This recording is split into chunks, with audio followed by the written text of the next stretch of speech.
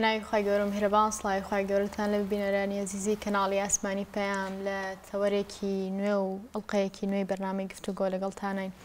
90 ساڵ بەر لە ئێستا ڕێکخراوی قوتابیانی کوردستان بە ناوێکی نوێوە و بەم ناوەی ئێستای ڕێکخراوی قوتابیانی کوردستان لە 3/11دا خۆی ڕاگەیاند و دەستی کردە و بە کار و چالاکی و پرۆژەکانی و خزمەتکردن بە چین و توێژی گەنجان و قوتابیانی هەرێمی کوردستان. دیارە بە درێژایی ئەم ساڵانە کۆمەڵێکی زۆر پرۆژە و کار و چالاکی و بەرهەمی پێشکەشی کۆمەڵی کوردەواری کردووە و تێیدا بە ڕێژەی بەرچاو بە پلەی یەکەم ڕێکخراوەکەی خزمەتی کردووە بە چین و توێژی قوتابیان و گەنجان و لاوان و لە هەموو پرسە هەنوکەیەکان و چارە نووسازەکانی تایبەت بۆ چین و توێژە ڕۆڵ و کاریگەری خۆی هەبووە. دیارە ئەم ڕێکخراوەژێکێکە لەو ڕێکخراوانەی کە سەر بە کۆمەڵی دادگەریە و کۆمەڵی دادگەری پشتیوانی مانەوی ئەم ڕێکخراوە دەکا. لێرە قساکەین لەسەر مێژوو پلان و بەرنامەی نوێی ئەم ڕێکخراوە و ساڵگادی نوێیان پیرۆزباییان لێ دەکەین و کار و چالاکیان بەرز دەنرخێنین. لێرە زۆر بەڕێز مامۆستا سەباح قارەمانی کادری پێشووتری ڕێکخراوی قوتابیانی کوردستان و ئەندامی دامەزرێنەری ئەم ڕێکخراوە لەگەڵمانە بێ و هەروەها زۆر بەڕێز مامۆستا حەسەن عومەر سکرتێری ڕێکخراوی قوتابیانی کوردستان لەگەڵمانە. مامۆستایانی بەڕێز زۆر بەخێر بن. خوا بەخێر بن. سەر چاوان مامۆستا سەباح لە جەنابتەوە دەست پێ بکەم. ئێوە چۆن بوو کە ئەم ڕێکخراوەتان دامەزراند یاخود چۆن بوو ناوی ڕێکخراوی قوتابیانی کوردستان کرد بەم ناوەی کە ئێستا کار و شارەکەەکانی لەژێر ناونیشانیا بەردەوام کردووە؟ بەنای خوای گەورە و میهرەبان، سڵاو لە جەنابت لە جەنابی مامۆستا حەسەن و لە بینەران. بمبورن کە من سەوتم کەمێک تاوانێ بەڕاستی بڕیار بوو بەرنامەکە دووسبەی شۆ بێ و ئێمە پێش بەڵێ پەیمانێکی پێشوەخەدا بوو، بەڵام لەو کاتە زۆر داوام لە جەنابی مامۆستا حەسەن کرد کە من تووشی ئەم حاڵەتە بووم ئەگەر بمبورێ و ئەوە بەڵام وتی وەڵا بەرنامەکە دانراوە و ئومێد دەکەین ئینشاڵڵا هەر چۆن بێ گرنگەوەیە ئەوەی کە مەبەستە بگانەک سەودەکە لە بەرەوە گەناوکو دەڵێ ئەمە ئەتەکێتی سەوتی بەرنامە نێ بەڕاستی. ڕێکخراوی قوتابیانی کوردستان بەڕاستی مێژوویەکی زۆر درێژ و فراوانتری هەیە لەو بەروارەی کە ئێستا دانراوە. جا ئەو بەروارە من ئەوەی کەوتم نەوەک ڕاگەاندنی خودی ڕێکخراوەکەیە نەوەک ڕۆژی دامەزراندنێتی، بەڵکو تەناوەیەک و جەنابەت ئاماژەت پێکرد ئەکرێ بڵێن ڕاگەاندنی ناوێکی نوێ، هەنی چونکە ئەم ڕێکخراوە لە مێژووی خۆیدا هەم مێژووی چەند ڕێکخراوێکی پێکەوە بەستووە و لەگەڵ ئەوەشدا چەند ناویشی گۆڕیوە، بەڵامی ترۆک و کۆتاناو کە ئێستا کاری لەسەر دەکا ئەو بەروارەیە. بۆیە دەبێ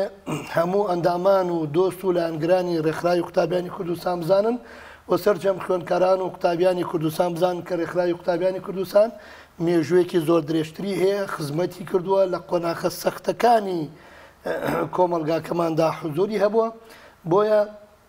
ئەگەر باسی بکەین بە سەریعیانی کۆمەڵێک بەروار بدەین ڕێکخراوی قوتابیانی کوردستان کە پێشووتر کۆمەڵی ڕێکخراوی تر هەبووە، بۆ نمونە لە ساڵی 86 کە ڕێکخراوەکە بوو بە ناوی پەیوەندی قوتابیانی موسڵمان لە کوردستان.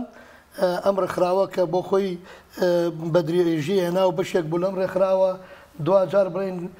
ڕێکخراوی یەکێتی قوتابیان و لاوانی کوردستان کە لە 92 دروست بوو لە مانگی 6 92 و اینجا ئەم دوو ڕێکخراوە کە یەکیان گرت و لەو مانگی شەشا بڵێن دوایەوە ڕێکخراوێکیان پێکهێنا بە ناوی پەیوەندی ئیسلامی و خوێندکاران و لاوانی کوردستان. اینجا بە هەمان شێوە لە ساڵی 1992 یەکێتی قوتابیانی موسڵمانی کورد دیسان ئەویش کە دروست بوو لە کۆمەڵە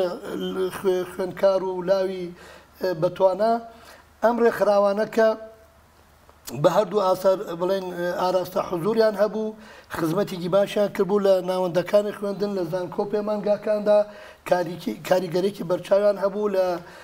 ڕۆشنبیرکردنی قوتابیان، لە هاوکاریکردنیان لە ڕووی مادی و معنەوی و پەروەردی و ئاکار و ئەخلاقەوە. و ئەم ڕێکخراوانە کە درێژانێنا دوجار لە مانگی نوێی 1999 هەردوو ڕێکخراوی پەیوەندی ئیسلامی لەگەڵ ڕێکخراوی یەکێتی قوتابیانی موسڵمانی کورد یەکیان گرت و ڕێکخراوێکیان پێکهێنا بە ناوی یەکبوونی قوتابیانی ئیسلامی کوردستان. ئەم ڕێکخراوە کە هەمویان واتە هەموو ئەو ڕێکخراوانەی کە دروست بووبوون لێرەدا کۆبوونەوە مێژوەکان تێکەڵ کرد ڕێکخراوێکم پێگەنا ڕێکخراوی یەکبوونی قوتابیانی ئیسلامی کوردستان یەکی نۆ بەڵێ لە مانگی نۆمە بەسمە لە مانگی نۆی 99 بوو واتەیەکی نۆ بوو کە من ئەو کات دوای مودێکی کەم لە ئیعلانکردنی ئەو ڕێکخراوەکە لە ئەنجامی هەردوو ڕێکخراوەکە ئەمن لەو بەروارە بووم بە ئەندامی سکرتارێتی ئەم ڕێکخراوە واتە مەبەستمەوەیە کە ساڵی 99 یاعلان کرا من لە 2000 ینی چەند مانگێک دوایەوە کە بووم بە بەرپرسی ناوەندێک لە دەڤەری تانجەرۆ بووم بە ئەندامی سکرتارێتی ئەو ڕێکخراوە کە ئەمە هەر بۆ خۆی دەکاتە 3 ساڵ پێش ئەم بڕوارەی کە ئێستا ڕادەگەێنرێ کە من ئەندامی سکرتارێتی ئەو ڕێکخراوە بوو دوای ئەو گۆڕانکاری سیاسیانەی کە دروست بوو لە کوردستان وەکەم ڕێکخراوانەی کووتمان ڕێکخراوێکە نزیک لە کۆمەڵی ئیسلامی و کۆمەڵی ئیسلامی هاوکاری دامی مادی و معنەوی دەکا ئەو حاڵەتەی کە دروست بوو دوجار ئەم یەکبوونە کە یەکبوونی قوتابیان بوو ڕێژەی زۆرینەی ڕەهای کە لەگەڵ ئاراستەی کۆمەڵ هات ئێمە لە ساڵی 2001دا کۆنگرەمان گرت لە هەوارە بەرزە لەوێ کە بوو بە کۆمەڵی قوتابیانی ئیسلامی کوردستان لەو کاتەوە قۆناغێک پێش ئەم ڕێکخراوی قوتابیانی هێشتا بڵێ هێشتا ناوەکە لە 2001 داواتە لە 99دا کە بوو بە یەکبوونی قوتابیان لە 2001دا کە بوو بە کۆمەڵی قوتابیانی ئیسلامی اینجا بەم ئاراستانە ڕۆ دوای ئەوەی کە هەندێک گۆڕانکاری لە واقعی کوردستان ڕوویدا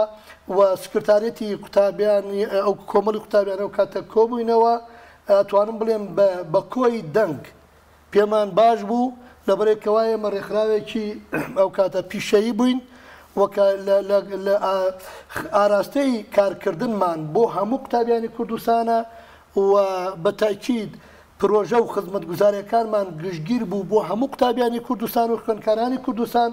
بۆیە بڕیارماندا کە ئەو کات بوو بە ڕێکخراوی قوتابیانی کوردستان بەو ناوەوە کە لەو بەرە لە 2023ەوە کە دەستی پێکرد هەتا پێم وایە خودی ئەو کاتێش کە ناوەکەمان گۆڕی تۆزێک هێشتا بەرواری وەکو بڵێ مانگی 11 نەبوو چکە لەو کاتانە پێشتر لەوە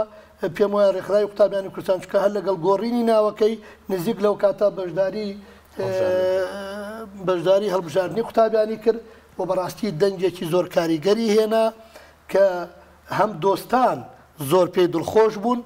و هەم ئەگەر بڵێمە و خەڵکانەی تریشی ئەگەر ناحەز بوون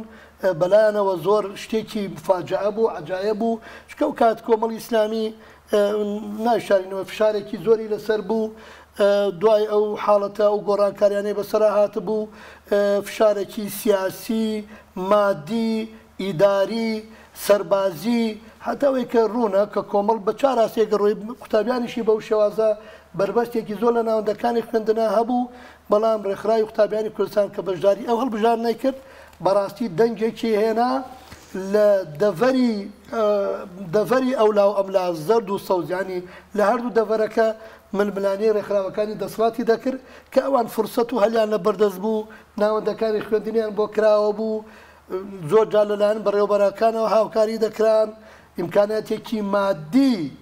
بێسنوور لە بەردەستیان بوو ئێمەش بەو فشار و بەو ناڕەحەتی و بەو کەم ئیمکانیاتەوە بەڕاستی دەنگێک بوو جێی فەخر و شانازی بوو کە ئەمەش بریتی بوو لەوەی کە بەم کۆمێتە کۆتابێمە ئەندامانی ڕێکخراوی قوتابیانی کوردستان کادیرەکانی ئێمە لە ناوەندەکانی خوێندنا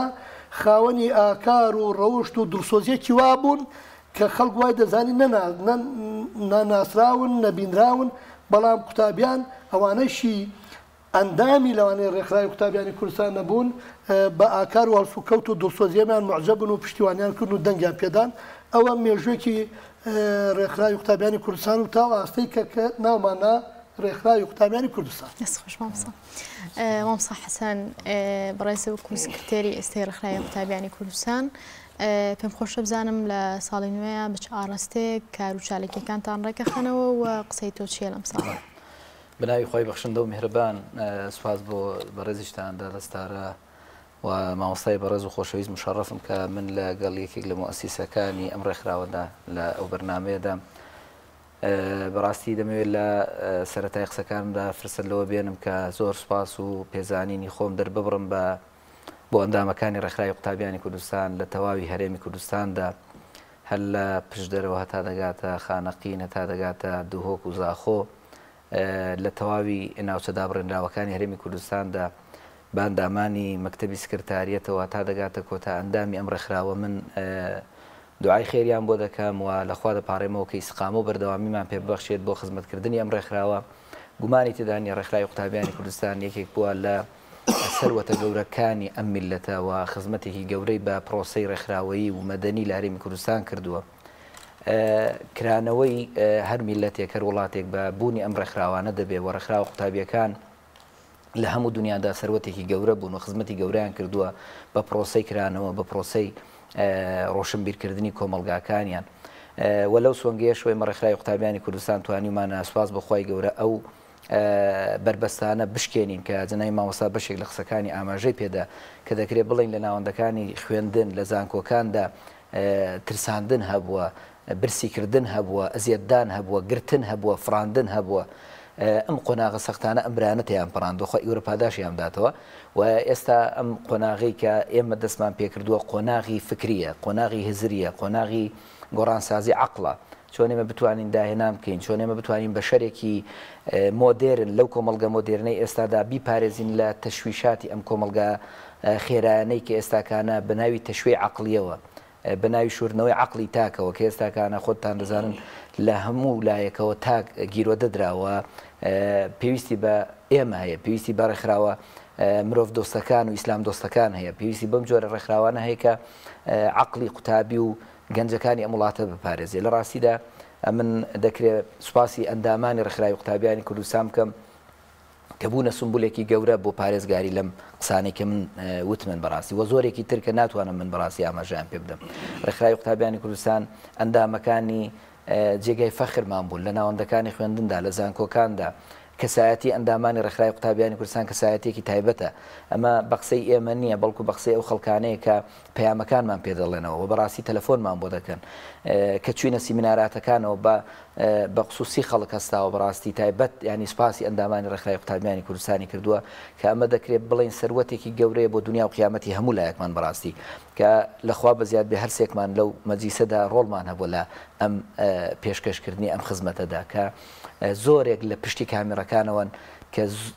ڕۆڵی زۆر گەورەیان هەیە لە خزمەتکردن و بژانەوەی بیری گەنجان و خوێندکاران و قوتابیان لە وڵاتەدا کە بەڕاستی لەوانەیە دەنگیان نەبێستا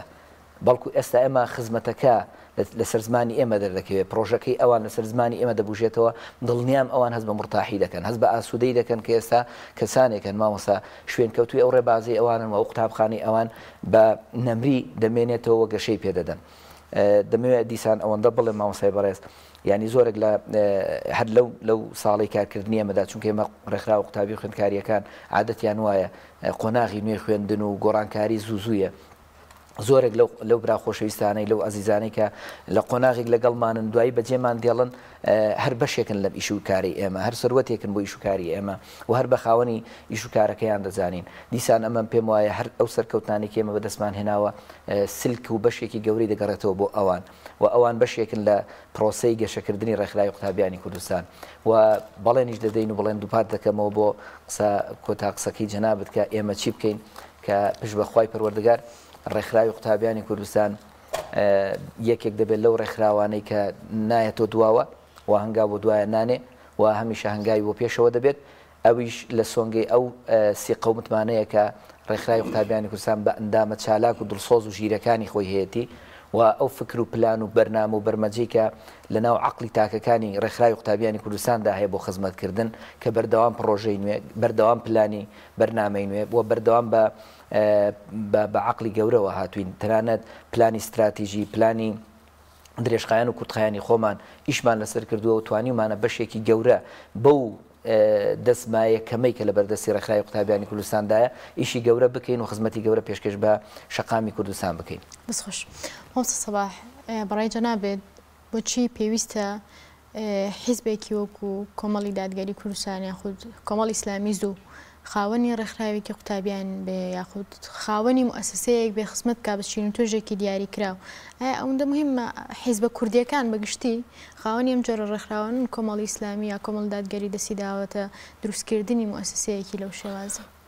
بەدڵنیایی یعنی زۆر گرنگە و من هیواخوازم مێ دەکەم کۆمەڵی ئیسلامی زیاتر لەوەی کە ئێستا هەیە بە پێی ئیمکاناتی خۆیەگە دەرفەتە بۆ هاوکاری ڕێکخراوی قوتابیانی کوردستان کا و ضرورە بوونی ئەو ڕێکخراوە بۆ چونکە ئەم ڕێکخراوە کۆنتاکتی لەگەڵ توێژێکدا هەیە لەگەڵ نەوەیەکدا هەیە کە داهاتووی ئەم میلەتە لە بەردەستیانە ئەوانەی کە ئەمڕۆ ڕێکخراوی قوتابیانی کوردستان مامەڵیان لەگەڵ دەکات لە ناوەندەکانی خوێندن لە زانکۆ پەیمانگاکان لە مێژوویەکی زۆر نزیکدا ئەمانە داهاتووی ئەم کۆمەلگایان لە بەردەستە ئەمانە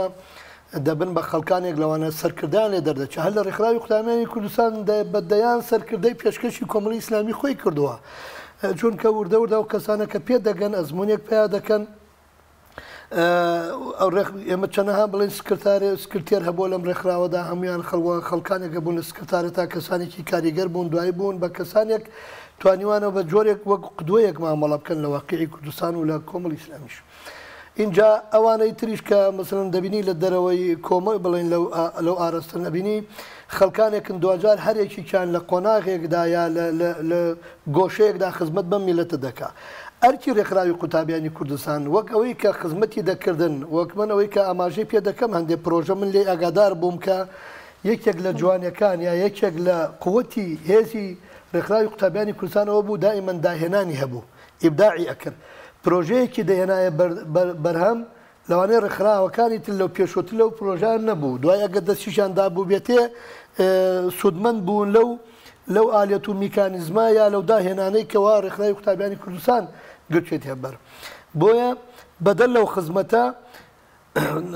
پەروەردەکردنی ئەو توێژە پەروەردەکردن و پێگەیاندنی ئەو توێژەی قوتابیان و لاوان گەورەترین خزمەتە بە کۆمەلگا چکە بەڕاستی جەنابی مامۆستا گەر سێرکەی ئێمە ئێستش بە ئێستشەوە گیرمان بەدەست چیوە خواردووە بەدەست گەندەڵیەوە گەندەڵی چێ دەیکا بە دڵنیاییوە گەندەڵی ئەو کەسانە دەیکەن کەوا پەروەردە نەکراون یعنی ئەوانەی کە پەروەردە کراون بە ئەزمون ئەگەر ڕێژێکی زۆر کەمیشیان لە وڵاتە بوو بن بە دەسەڵاتدار یا بەرزپرس بوو بن لە ئۆرگانێک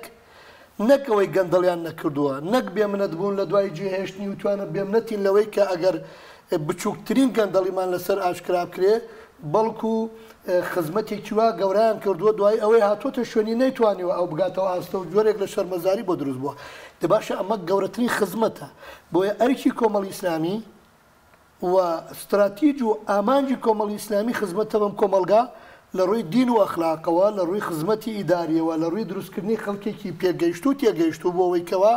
بتوانێت ئاراستی ئەم کۆمەلگەیە بکە بۆ ئاراستەیەکی باش ئەمە بەشێکی سەرەکی ئەرکی قوتابیان و لاوان و خوشکان و وەنێ ئەو توێژە زیندووەن کە لەگەڵ گەنجەکانە لەگەڵ نەوەکانی ئەمڕۆ و سەرکردەکانی داهاتوو کە لە مێژوویەکی نزیکا دەبنە سەرکردە ئەرکی ئەوەیە بۆیە بڵێ بە تاکید زەرورە ڕێکخراوی قوتابیانی کوردستان کە حزوری هەیە شوێنێکی زۆر باشی گرتووە و توانیوێتی سێبەرێکی زۆر جوانی کۆمەڵی دادگەری بێ کە کۆمەڵی دادگەری بڵێن نیشانی داوە بنەوە لاوەکان ئێمە ئەو خەڵکانەمان هەیە و هەر کەسێک هاوکار بێ لەگەڵ ئێمە هەروەک ئەوانەی لێدێ بۆی بەڕاستی من دەستخۆشی دەکەم لە کۆمەڵی دادگەری چەندێک پشتیوانی ڕێکخراوی قوتابیان کە و ئەوەندەشی کە توانی بێتی درێغی نەکردووە بەڵام دیارە هەمومان دەزانین ئیمکانیەتی حیزبە ئۆپۆزیسیۆنەکان و بەتایبەت ئەوانەش کە بانگراوند و ئەجێدایەکی ئیسلامیان هەیە ئیمکانیاتیان زۆر کەمە ئەگەرنا دەبوو دەستی کراوەتر بێ لە بەرامبەر ڕێکخراوی قوتابیانی کوردستاندا بەڵام بەوەیشەوە بەڕاستی ڕێکخراوی قوتابیانی کوردستان خاوەنی کۆمەڵی پرۆژەی زۆر جوانە وەک ئەو کاتێک کە من لە سکرتارێت بووم چکەمە بە حکمی تەمەنەکەمان و ئیشەکەمان لە زۆر جێمانێشتووە بەڵام بۆ نمونە ڕێکخرا ئەو کات پرۆژەی دۆستانی محەممەدی ڕاگەیاند بەڕاستی پێشوازیەکی زۆر گەرم و گوڕی لێکرا لە ناوەندەکانی خوێندن و زانکۆ پەیمانگاکان بۆ چونکە وەکو جەنابی مامۆستاوتی ئێستا خەڵکێکی تر بە ئاراستەیە کار دەکا ئێوێ نەوەکانمان گەنجەکانمان خوێندکارەکانمان بە ئاراستەیەکە ببا کە خۆیان و کۆمەلگاشی پێدەڕوخێ بەڵام کاتێک کە پرۆژەی دۆستانی محەممەد دویستی و بە قوتابیان بڵێ ئێوە ئەگەرەتانەوە سەرکەوتوو بن خزمەت گوزار بن خاوەن کەسایەتی بن دەروون ئارام بن دنیاتان جوان بێ قیامەتان چاک بێ وەرن دۆستی محەممەد بن پرۆژەی ڕاژەمانە بۆ خۆت دەزانی کە مامۆسای جەنابی مامۆستا حەسەنیانی بەو ئیمکانیاتە کەمەوە ئەمن دەزانم لەو کاتانە چندێک دەستی قوتابیانی هەژار دەگیرا هەژار بە هەموو ئایدۆلۆژیە جیاوازەکانەوە حتا هەژار بە هەموو ئاینە جیاوازەکانەوە بمان زانایە هەر قوتابیەک لە ناوەندەکانی خوێندنا کەم دەسە ئیتر خۆی چییە نەتەوەی چییە ئەجێندای چیە مشکلەمان نەبوو دەعمانە کرد هاوکاریمانە کرد ئەمە بەڕاستی شتێکی زۆر جوان بوو مەسەڵەن پرۆژەی خولی سەرکەوتنمان هەبوو یعنی بە سەدان قوتابی لەو خولی سەرکەوتنە نمرەی باشی بەدەسێنا ئەمن 9 ساڵ ئیشرافی خولی سەرکەوتنم کردووە لە دەڤەرێک ئێستا دەڕۆمە زۆر دائیرە زۆر شوێن باوەڕتان هەبێ من کەسەکە ناناسم چکە من قسەم کردووە بۆ 150 قوتابی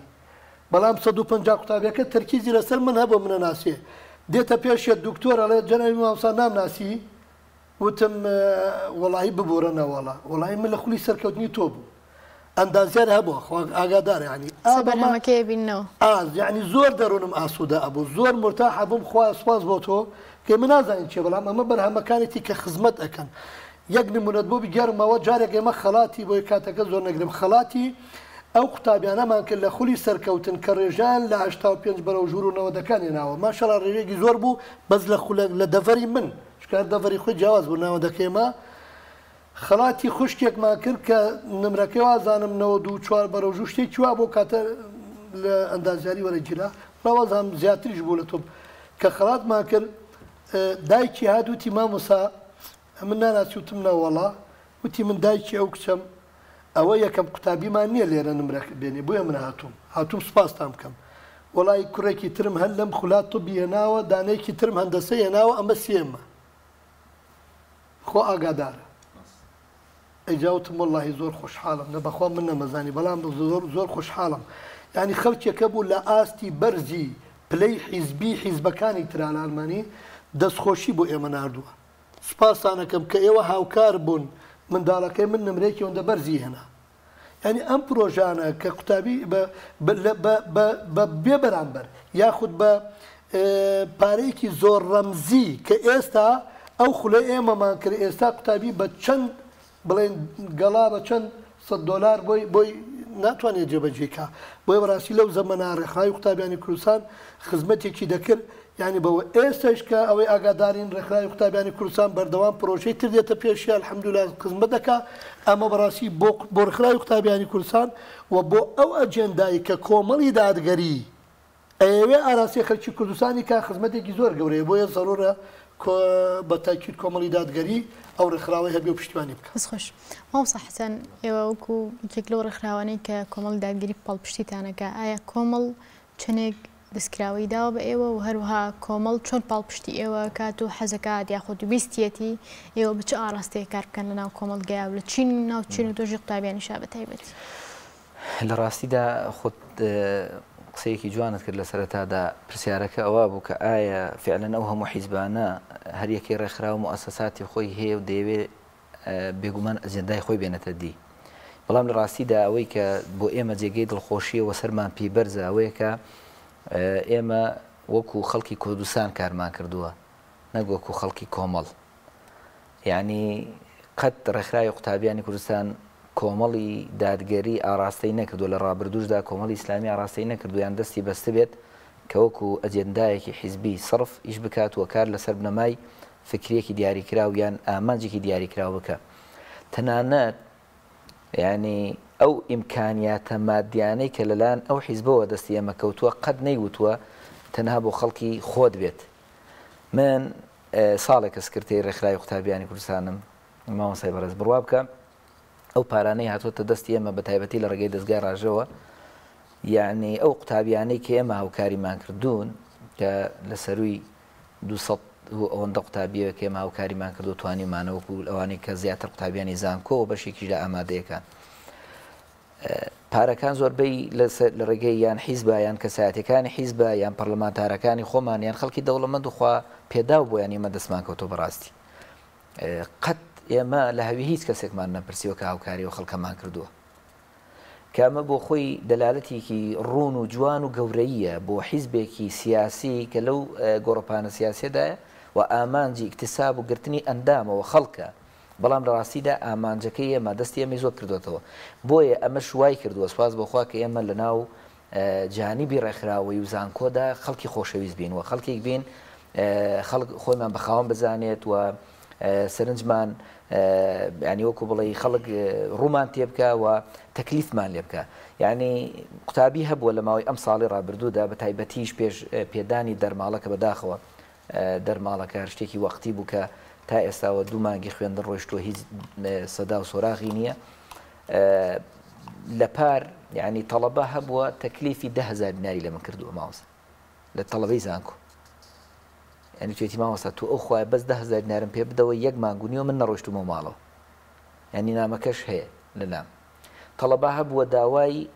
150,000 لە من کردووە توێتی ماوەسا وەڵی مەرحلە 4 جامیعەم بەڵکو مۆبایلێکی ئاسایی بکڕم بەحسی تەخڕوجی پێ بکەم ئیسفادەی پێ لە هەندێک ئەو تەکنۆلۆژیا بکەم و ئیسفادەی لێ بکەم ینی ئەمانە ینی هەن لە لای ئێمە هەن لەم ساڵی سەرخرای قوتابیانی کوردستان چۆنە لەم بابەتانەیە خودت لە دابینکردنی پێداویستیەکانی خۆی لە ڕاستیدا خۆت دەزانی کە ئێمە ڕێکخراوێکین ینی خۆبەخشین بەڕاستی نە حکومەت هاوکاریمانان لە دەستگا فەرمیەکانی ئەم وڵاتە هاوکاریمان دەکەنەوەی کە هاوکاری ئێمەیە ینی دەستگا ینی کەسایەتی خۆبەخشەکان بەڕاستی ینی ئێمە 100% کاری خۆبەخشی دەکەین یعنی ئێمە پۆینتێکمان نییە وەکەوەی کە پارەیەکی گەورە لە بەردەستیماندا بێت لاەن حیزبەوە یان لاەن دەستگایەکی ترەوە کە ئێمە بین پرۆسەی خزمەتکردن بە قوتابی بگرینە سەرشانی خۆمان بەڵکو ئەو ڕێکخراوە بەهێزانەی ئەم وڵاتە کە بە پارەی گەورە کە خۆیان دانی پێدادنێن پارەی گەورە لە بەردەستیاندایە پارەی زۆر زەخم لە بەردەستیاندایە کە بەداخەوە خزمەتەکانیشیان نابینن خۆتان دەزانن ئێستا لە داخلیەکاندا بچووکترین خزمەتگوزاری سەرەتایی نییە ینی بڵێ بینایەک هەیە 4 دیوارێکە بەڵام کا خزمەتگوزاری نەفێنکەرەوەی هەیە نەگەرمکەرەوەی هەیە نە ئاوی هەیە نە پێداویستی غاز و نازانم چی و ئەمانەی هەیە نە مەطبەخی هەیە یعنی تەڵەبە هەست بە غەریبی دەکە کە لە ژوورێکدایە دەڵی لە زیندانێکی ئینفرادی ئیکراوە یعنی لە سەردەمێکدا کە 2022 بە برە 23 دەڕۆین لە زمانێکدا کە تەکنۆلۆژیای شەڕ دەکا لەگەڵ عەقلی ئینساندا لە زمانێکدا کە کرانەوە بەڕووی جیهاندا هەموو زانکۆکانی دنیات بۆ یەک لەحزە دێنێتە بەردەم دەزانێت کە خوێندن چۆنە ئەمە وای کردووە کە ئەوەی کە لە توانای ئێمەدایە کە ئەوەی بەدەستی ئێمەوە دێ ئێمە هەوڵماندا و ئەم تاقەی خۆمان بەڕاستی ئەو دەستکراوەیەش کە پێمان درراوە لەلایەن قیادەی ئەم حیزبەی ئێمەوە یعنی جێگەی فەخرەوە جێگەی دەستخۆشیە کە ئێمە بەڕاستی نەکراوینە ئامانج تەنها ئیش بکەین بۆ خەڵکێکی دیاریکراوە بەڵکو دەستکراوین لەوە کە خزمەتی پرۆسەکەی خۆمان و پیشەکەی خۆمان بکەین کە قوتابیان و خوێندکارانی ئەم وڵاتن و سواز بەخوای گەورەتیدا سەرکەوتوو بووین بەو ئیمکاناتەکەمەی کە هەمانە لە ڕاستیدا پێم خۆشە ئەوەش بڵێم ئیمکانیاتی خزمەتکردن هەر مادە نییە ئێمە بەڕاستی توانی ومانە ئێستا و ئینفۆگرافی کە ئێمە بڵاومان کردوتەوە نزیک بە 14665 قوتابیمان بڵاو کردوەوە لە ماوەی ساڵێکی کارکردنی خۆماندا کە خزمەتمان پێشکەش کردووە ئەو ژمارەگەر بڵێیتەوە ژماری سوپنبووانە لە گوزارەکانی 14665 قوتابی لە ماوەی 1 ساڵی کارکردنی ئێمەدا لە ساڵیات بۆ ساڵیات سوودی لە ڕێکخراوی قوتابیانی کوردستان بینیوە کە ئەمەشیان هەموو بەداتە و هەمووشیان بە راپۆرتی ئۆرگانی لە بەردەستماندایە کە ئەمە بۆ خۆی بە ئێمە دەگوترێ ینی کۆمەلگا وەڵامی فیدباکی ئێمە دەکا کە ئێمە ڕێکخراوێکی پێویستین لەم کۆمەلگایەدا ڕێکخراوێکین زیادەنین لە سەرشانی ئەم کۆمەلگایە ڕێکخراوێکنی نەبووینە بار نەبووینە پارەخۆری سەرشانی ئەم حکوومەت و میلەتە بەڵکو ڕێکخراوێکی خزمەتکارین لە پێناوی دروستکردنی ئینسانێکی چاکدا لە پێناوی دروستکردنی ئینسانێکی خزمەتکاردا ئەوەی جنای مامۆستا فەرمووی یعنی کەسێک دروستکەی سەرکردەیەک دروستکەی کە سپەینێ مؤسسەیەکی ئەم وڵاتی کەوتە بەردەست کە شوێنەکەی چۆڵ کرد لە وەرەخەکان نەترسێکە بیان با لەگەڵ خۆی بۆی بزانێت چەند گەندەڵی کردووە چەند دزی کردووە ئەوە بەچاوی سەری خۆمان دەیبینین لە وەزیرەوە تا دێتە بەڕێوەبەرێک تا دەبێت دێتە مدیرنەحیەک یعنی ئەمە مدیرنەحیە هەیە کە کادیری ئێمە بۆ لە ڕێکخراوی قوتابیانی کوردستاندا ئێستا مدیری ناحیە و لە شوێنی دیاریکراوی ئەم وڵاتەدا من لە خزمەتی دانیشتوم دەڵێ وەڵڵا مامۆستا سوێن بەخوا زێری خێزانەکەی خۆم فرۆشتۆ بۆ خزمەتکردنی شارەکە ئیدێ ئەمە بچێ دەکرێت ئەمە دەبێت عەقڵێک ئەم ئینسانە دروستکە دەبێت بەرمەجەیەک ئەم عەقڵە دروستکاتەوە دووبارە فۆرمەلی بکاتەوە بۆ خزمەتی کۆمەلگا بەڕاستی پێویستە ئەو بەرنامەیەکی دروست بێت بەرنامەیەک بێ لەسەر بەرژەوەندی بنا نەکرابێ. هەوسا ئەو پرۆژانە کامانن کە ژمارە بەرچاوەیە خودە ژمارە زۆرە خەڵک سودمەند دەبێت لە پرۆژەکانی ئێوە و هەروە کادری و کۆ جۆرە پێگەین کە باسیەکەیت. لە ڕاستیدا ئەمە کۆمەڵک پرۆژەمان هەیە ئێمە هەر داخل بەو داتایەمان نەکرد هەر بۆی کە داتاکە زۆر بەرزترە ینی داتاکە دەگاتە تا 150,000 دەڕوە بەڵام ئەمە بەشێکی زۆر لە قوتابیانی خولی سەرکەوتنمان هەیە لە زۆرێک لە ناوەندەکاندا کە لە بەشێکیان دەگاتە 200 قوتابی بەردەوام یعنی تو حساب کە من نزیک 70 ناوەندمان هەیە لەم 70 ناوەندە لە بەشێکی زۆریان قوتابی خولی سەرکەوتنمان هەیە کە لە نزیک معدل نزیک بە 800,000 تەڵەبەمان هەیە لە ناوەندەکاندا و لە هاویندا خولەکانی هاوینەمانێمە نزیک بە 5,000 تەڵەبە سودمەند بووە لە ڕێکخراوی قوتابیانی کوردستان باڵ لەسەر تاسەری هەرێمی کوردستان کە خولەکانی پەروەردە و پێگەیاندن لە ماوەی ئەو سێ مانگەی هاویندا کە ئەمە شتێکە کەم لە ڕێکخراوەکان ئەم بابەتانە دەکەن خەڵک بسنس دەکا بەڕاستی ئێستا خەڵک بازرگانی بە قوتابیەوە دەکا ئەوەی کە ئێمە لە خولی سەرکەوتن پێشکەشی دەکەین ئێستا خەڵک بە دووەرەقە و سێوەرقا لەگەڵ قوتابیەک بەد بۆوانەیەک مامەڵی لەگەڵ دەکا ئێستا مامۆستای تایبەت دروست بووە تەڵەبەیەک دەگرێت بە ملیۆنێک بۆ مانگێک یان بۆ ساڵێک بۆ ئەوەی تەڵەبەکەی فێری ئەو منهەجە بکات لە ماوەی ساڵێکدا و ملیۆنێکی لێوەردەگریان زیاتر بەڵام ئێمە دێین لە خولێکی یەک ساڵیدا یان لە خولێکی بەردەوامدا دێین بۆ مەسرەفی مامۆستاکان و قوتابیەکان خۆیان و بەڕێوەبەرەکانی خولەکە پارەیەکی زۆر ڕەمزی وەردەگرین چونکە ئێمە ڕێکخراوێکی خۆبەخشین دوجار دەوانەی خەڵکی بڵێ مامۆستادی تۆش ئەوەندە و بڕە 70,000 50,000 وەردەگری بۆ ئەو خولە دێ من بۆ خولێک وەری دەگرم کە پسکت و ئاو و پێداویستی و گەرمکەرەوە و فێنکەرەوە هەمووشی بۆ دابین دەکەم هەمووانەکانیشی پێ دەڵێمەوە مامۆستاکانیشی بۆ دابین دەکەم ئەوەی ئێمە خزمەتکردنەکە دیارە اینجا ئەو پرۆژانەی کە ئێستا بەڕاستی واقعی هەرێمی کوردستان بەڕوویداکراوەتەوە یەکێک لە قسەکانم بوو کەویش شۆڕشی فکریە بەڕاستی ئەمڕۆ شۆڕشی توانەوەی عەقڵەکانە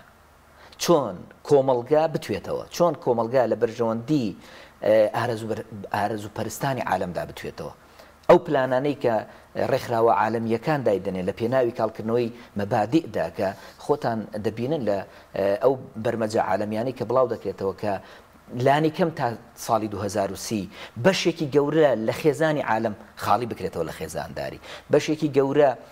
لە تاک بکرێتە ڕۆبۆت و بەکار بێنرێ بۆ مەساڵیحەکان ئینسان لە پێناوی ڕەگەزدا لە پێناوی جنسدا هەموو شتێک بکە کە ئەمانە پرۆژەی گەورن کە بڕۆبیان خوێندنەوە یعنی کە دیراسان دەکی مامۆستا ئینسان بەڕاستی بەزەی بە مرۆڤایەتی دێتەوە لەم قۆناغت لە چ شەڕێکی فکری و ئایدیاییدایە ئەم قۆناغی ئێمە وەکو ڕێکخراوی قوتابیانی کوردستان بە تایبەتی لە ناو زانکۆکاندا کە ئێمە ئاگامان لێ چ دەگوزارێ قوتابیان چ شۆڕشێکی ئەخلاقی و فکریان لەگەڵدا دەکرێت ئەمڕۆ لە ئامادەیەکاندا ئەم ڕێکخراوانە ئەو مؤسسە پارەدارکراوانە کە بە پارەی ئەم میلەتە دەهێنرێن لەسەر جیفانی من و تۆ ئەو کۆمەلگا فەقیر و هەژارە ڕێکخراوی ئەوروپی و ئەمریکی و نازانم چی و چی دەهێنرێن لەسەر عەقیدە و بیر و باوەڕی منداڵێکی ئەم وڵاتە تاقی دەکرێنەوە و ئەکسپایرەتی پرۆژەی خۆیان بە عەقلی ئەم منداڵانی ئەم وڵاتە خاڵی دەکەنەوە عەرزی دەکەن لە هەڵەبجەی شاری ئیمان و بڕواوە دێن دەیانەوێت پرۆژەی خۆیان بگێن لە ناو عەقلی بیر و باوەڕی منداڵەکانمان بۆی لەوێەوە بێن ئەم شارە گەورانە ئەم شارە مەزنانە بتوێننەوە لە بەرژەوەندەکانی خۆیاندا بۆیە پێم وایە ئەم قۆناغی ئێمە جگەلەوەی ئێمە لە کۆمەڵک پرۆژەی گەورەدا کە دواترینیان کە هەموو کوردستان شانازی پێوە کرد نەک ڕێکخراوی قوتابیانی کوردستان کە ویش پرۆژەی میهاد بوو کە پرۆژەی میهاد لە سوڕەتی ئەڕەحماندا توانی با خەڵکی کوردستان بڵێ کە بەڕاستی ئەم میلەتە میلەتێکی موسڵمانە و ئەو میلەتە لەگەڵ قورئانە و ئەو میلەتە پەروەردەی قورئانە خەڵکێک دەیەوێت چاواشەیکە هەڵەیە و لەسەر تەریقەیەکی هەڵە هاتووە ئێمە بەم پرۆژەیە بە تەواوی جەماوەری خەڵکی کوردستانمان گوت ئێمە ڕابەرایەتی خەڵکێکی موسڵمان دەکەین و ئێمە پێشەنگایەتیمان پێ دەکرێت بە تایبەتی لەسەر ئاستی زانکۆ پەیمانگاکان حەسەن ئێمە بینیمان لە پرۆژەی میهادا کە تایبەت بوو بە لەبەرکردنی سوڕەتی ڕەحمان و تاقیکردنەوە تیا ژمارەیەکی بەرژاو کە زیاد لە 33,000 کەس لە هەرێمی کوردستانە بەشدار بووە ئەم بەشداریکردنە زۆرەی خەڵک لە ناو جۆرێک پرۆژەی تایبەت بە لەبەرکردنی سوڕەتێکی قورئانی پیرۆز یاخود فەرمودەکانی پێغەمبەر صلی الله علیه وسلم بۆچی ئەگەڕێنەوە هەموو شەوق و تامەزرۆیە لەکوێوە دێ پێغەمبەری خوا صلی الله علیه وسلم دەفەرمێت ئەوانەی کە لە دوایی دێن غەریبن ئەنجا دوایی دەفەرمێت وەسەیەعود غەریبە ئەم غەریبانە هەر بە غەریبیش دێنەوە مەیدانەکە لە ڕاستیدا لە نەوەتەکانەوە لە هەشتاکانەوە شۆڕشی جۆر بە جۆری عەقلی و عەقیدەی و بیر و باوەڕی هەبوو لەسەر کۆمەڵگەی مسلمانی کورد وە لەسەر جیهانیش بەگشتی بەڵام لەسەر کۆمەڵگەی مسلمانی ئێمە بەتایبەتتر کە ئاستی معریفی مسلمانەتی زۆر دابەزی بوو کە دێتە نەوەتەکان بەرزتر دەبێتەوە کە دێتە 2000ەکان زۆر بەرزتر دەبێتەوە بۆ زانیاریت الحەمدولله لەم قۆناغی ئێمەدا ئاستی فکری ئیسلامی تا ڕادەی لووتکە ڕۆیشتووە زۆر بژانەوەیکی باشی هەیە ئەم بژانەوەیە ئەرکی ئێمە قورستر دەکا ئەم بژانەوەیە پێمان دەڵێ کە دەبێ بەڕاستی ئێمە بەردەوام خۆمان نوێ بکەینەوە بەردەوام لەگەڵ پێداویستیەکانی کۆمەڵگەی مسلمانی خۆمان دابین نابێ لێک ئاس بوەستین ئەمە پێمان دەڵێ کە خەڵک دۆستی قورئانە خەڵک مشتاقی قورئانە خەڵک لەگەڵ کەلامی خوادایە دژی کەلامی خوا نیە ئەوەشی کە دژی دەوەسێتەوە پێی دەڵێ ستۆپ ئەمە لەگەڵیدا ئەمە لەگەڵ قورئاندا بۆیە ئەم پێم وایە ئەم پەیامێکی زۆر گەورەیە ئەوەندەی بۆ علمانیەت و فکری ئیلحاد وەڵامێکی گەورە بوو دوو ئەوەندە و سێ ئەوەندە بۆ ئێمە وەڵامێکی گەورە بوو کە دەبێ بەڕاستی گەورەتر بین و گەورەتر هەنگاو بنین بۆ خزمەتی ئەو میلەتە مسلمانە باشە مامۆستا سەباح ئێمە بینیمان لە پرۆژەی میهادا خەڵکێکی زۆر بەشداری کرد کە ئەرزی مامۆستا حەسەنیشم کرد زیاد لە 33000 کەس بەشدار بۆ پێ و داتایانی کە سەرچاوە ڕاگەیاندنەکانی پرۆژەیە بڵاویان کردوەوە ئەم ڕێکخراوانە یاخود ئەم کەسانی کە خاوەنی ئەم جۆرە پرۆژانن چۆن ئەتوانن ڕوبەڕووی ئەو شەپۆ لە فکریە نامۆیانە بنەوە کەس هەموو سەردەمێک تووشی کۆمەلگاکانە بێ وڵەجا حزوری ئەو هەموو خەڵکە وەڵامێکە بۆ ئەوانەی کە من لە پەرزی بووکەوە بەڕاستی یانەوێ ئەو بە بێژنەوەەوە ئاردی ئاسنی سار دەکوتن بەڕاستی مێژووی ئیسلام ومان پێ دەڵێ خۆی ئیسلام پەیامێکی زیندووە و پەیامێکیشە لەگەڵ واقعدا گونجێ و خی پەروەردگار نردوێتی بۆی پێویستیەکانی خەڵ پڕکاتەوە لەبەرەوە هەمیشە خەڵ پێویستی بە ئیسلامە ینی ئەمە من نایلم ئەمە داتاکانی ئەوروپا دەیڵێن لە ئەوروپا ئێستا کاتێک کە خەڵک بۆشایەکی ڕۆحی فکری بۆ دروست دەبێ دەگەڕێ ئەوان خەڵکێکی ڕۆشن بێنن بەڕاستی و دەگەڕێن زۆر باش دوجار دەبینی ئەوانەیشی کە ویستویانە دژاتی ئیسلام بکەن بۆ خۆیان دوای زۆر گەڕان بە دوای ئیسلامدا کە دژاتی بکەن مسلمان دەبن و ئیمان دێن ئەوە بەشێکی تر پێمان دەڵێەوە ڕەسەنایەتی نەتەوەی کووردە ئەم کووردە لەگەڵ ئیسلامە ئاوێتە یەک بوون مێژووی کوردیا ئەگەر بڵێم ئەستێرەکانی کورد بە ئاسمانی ئیسلامەوە زۆر دەراوشاون هەر لە ئیبن سلاحی شارە زوریەوە بیگرا لە ئیبن خەلەکانەوە بیگرا دوجار ئەگەر لە مەیدانە عسەرەکەەکان لە سەلاحەدینی ئەیوبیەوە لە نورەدین مەحمود زەنگیەوە بیهێنی هەموو ئەمانە هەتا ئەوەی کە شۆڕشەکانی ئەم سەرەتانەی ئێمەی کورد لە شێخ سەعیدی پیرانەوە لە عەبدوسەلامەوە لە قازی محەممەدەوە لە مەلا مستەفا کە یانی ئەوانە بۆعدێکی ئەویان هەبووە دوجار ئەگەر بێنی لە شێخ سەعیدی نورسیەوە هەموو ئەمانە بە بانگراوندێکی ئاینی ئیسلامی ینی کورد ئاوێتەی ئەم یەکێک لە قیادە ئەلمانیەکانی کوردستان لە دوای نەکسەکانی ئەنفال کە بەسەر کووردا هات ئەندامانی خوانی کۆ کردەوە لە ئەو دیو وتی ئێمە چەند ساڵە بە ئەجێندە ئایکی مارکسی و لینینی و ماوی ئەمانەیە دیفاع لەم کووردە بکەین ئەی بە عەمەلیان بۆمان دەرکەوت شکستمان خواردووە و بریا وامان نەکردایە ئەم میلەتە میلەتێکە هەڵگەری ئەم ئیسلامەیە پەیامێکی جوانە بە تەئکید خەڵکی کورد ئامادەیە ینی بەوا دەیبینی کە وەکوتم پرۆژەیەک یا هەر بابەتێکی ئیسلامی تەرحەکەی خەڵکانێکی زۆر ینی خەڵکێک بە پێشەوە دێ خەڵکێک بە دەمەوە دێ تۆ لەوانەیە پێشووتر کێڕوانینی ترت بۆی هەبوو بێ بەڵام لەو مەدانای بینی کە ئەمانە لە ناخەوە بەڕاستی دڵسۆزیەکیان بۆ پامی ئیسلام هەیە ئەوە حەقیقەتێکە بۆیە ئێمە چی بکەین و چۆن دەکەین یەکەم من قەنات وایە فعلا نێتی خۆمان پاکەینەوە بۆ خزمەتی ئەم دینە ئەم دینە هی هەمووانە وەخوای پەروەردگار ناردوێتی بۆ ڕەحمەتەن للعالەمین ئێمە وەسایلەکانی سەردەم بەکاربێنین بتوانین لە وەسایلی تازە بڵێن بتوانین لەوەی کە لەگەڵ واقعەکە مامەڵ بکەین بزانین ئەو میلەتی کووردە تینووی چییە ئێمە لەوا لە خزمەتی بین دڵنیا بە ئەوانی تر ناتوانن یعنی ئەوە ڕاستە خۆیان ماندووەکان ڕاستەوەی کێمە ئاگادارین پلانێکی زۆریان هەیە پیلانێکی زۆر دەگێڕن وەک دەبینینە لێرە و لەوێ دەڵێ ملیۆنێک دۆلاری وەرگرتووە دادەیەک ملیۆنێک دۆلاری وەرگرتووە بۆ ئەوەی کەوا شیرازەی خێزانیم کۆمەلگایە تێک با معلومی جەنابتانەوە لە سوسیال میدیا واریدە و ئەوەی ئاشکرا کراوە گەرنا بەدەیان ملیۆن دۆلار سرف دەکرێت بۆەوەی شتێکی ناباو نادروست ناجوان بێنێتم کۆمەلگایە بەڵام باوەڕتان هەبێت جاری وا هەیە بە وتاری یەک بانخوازەڵەوە شێتەوە بینیمان ئەو بەرنامەی کاتبووکو جەنابی مامۆستا باسی کردو لە زانکۆی هەڵەبجە عەرز کرا کە من دەستخۆشی لە بەڕێوەبەراتی پەروەردە دەکەم کە بە کتابی ڕسمی وە پێم وایە قەدەغەی کرد جێی دەستخۆشیە و ڕێکخراوی قوتابیانی کوردستانیش پێم وایە دەستخۆشی و سوپاسیشم کات کە شتێکی زۆر باشیان کرد کە خەڵکی مسلمان بەدەنگ هات کاکە ئەمە ناخوات بە ئاینی ئێمە بە کولتوری کوردایەتی ئێمە ئەوە بوو یەکسەر پرۆژەکەەوە هەستەکەم بەرەو ئەوە ڕۆی داین لە بەرەو بەڕاستی کورد ئاوێتەی ئیسلام بووە ئیسلام بەهی خۆی دەزانێ و پەیامێکە لێی سوودمەند بووە وڵی لە هەرکوێدا بە ئیسلام و زۆر پابەت بوو بێ سەربەرز بووە لە هەرکوێدا پشتی تێکرد بێ بەو ئاراستی ڕۆشتووە کە بینیومانە بۆیش من پێم وایە زمینێکی سازە و ئەمانەشی کە دەتوانن بە بەتاکید ئێمە بتوانین سوود وەکوتم لە تەکنۆلۆژیای سەردەم و لەو هینانە وەرگین و خەڵکی خۆمان لەو پلانانە ئاگادارکەین دەستەکان خۆش بێ وەمسە حسێن لە کوتاییە ڕێکخراوەکەی بەڕێز ڕێکخراوی قوتابیانی کوردستان بۆ ساڵی تازەی چ پلانێکی هەیە ڕاستیدا کۆمەڵێک بەرنامە و پلانی نوێمان هەیە پشت بەخوای گەورەوە بە پشتیوانی هاوڕێیانمان لە مەکتەبی سکرتاریەت و لە تەواوی ناوەندەکانی ئینشاءالله کە بتوانین لە ساڵی داهاتووداوە لە قۆناغی نوێدا ئەم پلانانە لە قۆناغی ڕابردوو بە باشتر و بە چوانتر و بە چاکری بتوانین ئامانجەکانمان بهێنینەدی کە مهمترینیان و گرنگترینیان ئەو بوارەیە کە بواری پەروەردەیە کە لە هەرێمی کوردستاندا پێمان وایە پرۆسەی پەروەردە لە هەرێمی کوردستاندا لە مەترسێکی گەورەدایە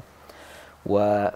پێداویستیەکانی پرۆسەی پەروەردە لە هەرێمی کوردستاندا لە دوای 30 ساڵ حکومڕانی و زیاتر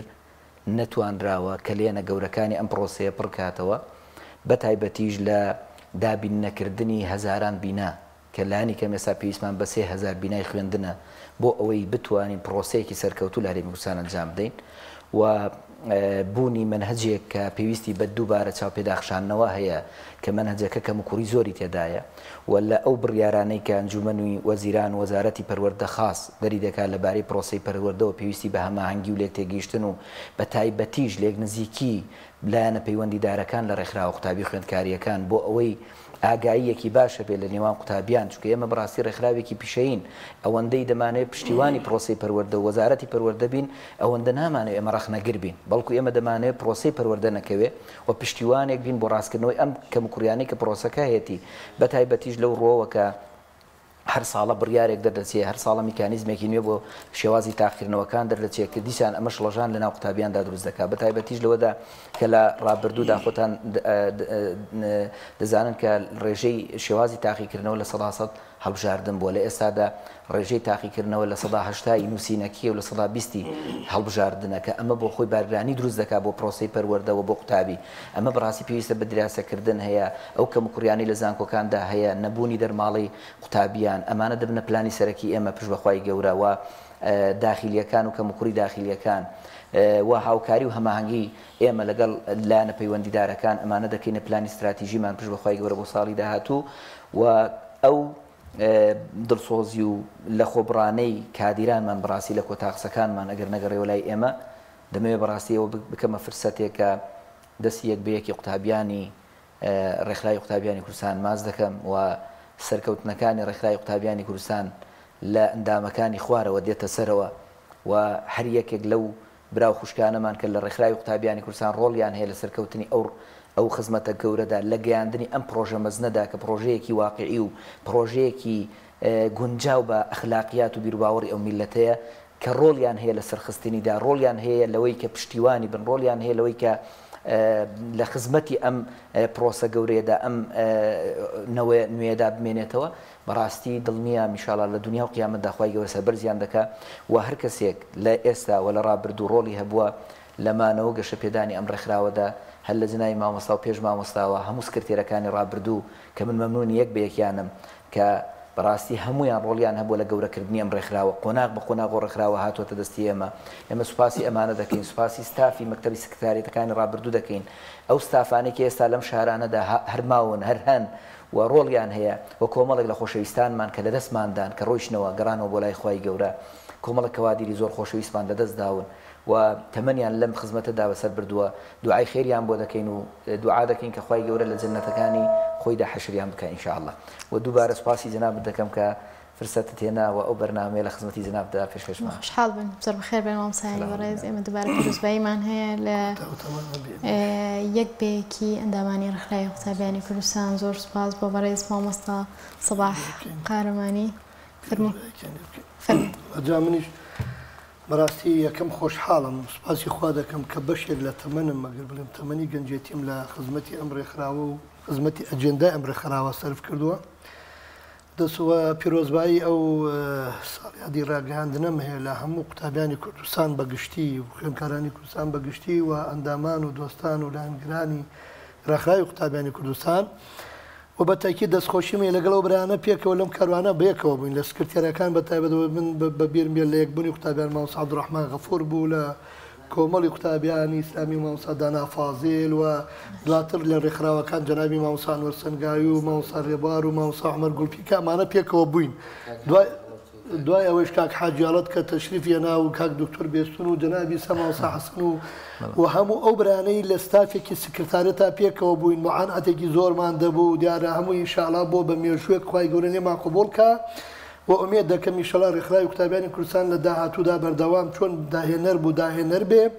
و بە تاکید ئەوەندەی کە من ئاگادارم ئینشاءڵڵا ئەوەی بە ئێمە بکرێ وەک برایەک لە خزمەتیان بین درێغی ناکەین وەک کۆمەڵی میزانی جنابی سەرۆکەوە تا خوار هەمووی پشتیوانیان دەبێت خوای گەورە سپاس دوبارە بۆ بەڕێز مامۆستا حەسەن عومەر سکرتێر کوردستان و مامۆستا سەباح قارەمانی ئەندامی پێشوو دامەزرێنەری ڕێکخراوەکە لێرەوە دووبارە پیرۆزبایی ئاڕاستیە و ڕێکخراوە بەڕێزەکەین و هیوادارین بەردەوام بن لە پێشکەشکردنی کار و چالاکی و پرۆژە نەوعی و تازەکانیان کە هەمیشە پێشەنگن بۆ ڕێکخراوە هەڵبژەکانی خۆیان بە دروستکردنی کادری بتوانە و خاوەن ڕۆشت و ئاکاری بەرز و سەرکردەیەی بەرز لێرەوە کۆتایی بەم بەرنامەیە هێنین و ئێوەی بەڕێزیش بەخوای گەورە سپێرین خواتان لەگەڵ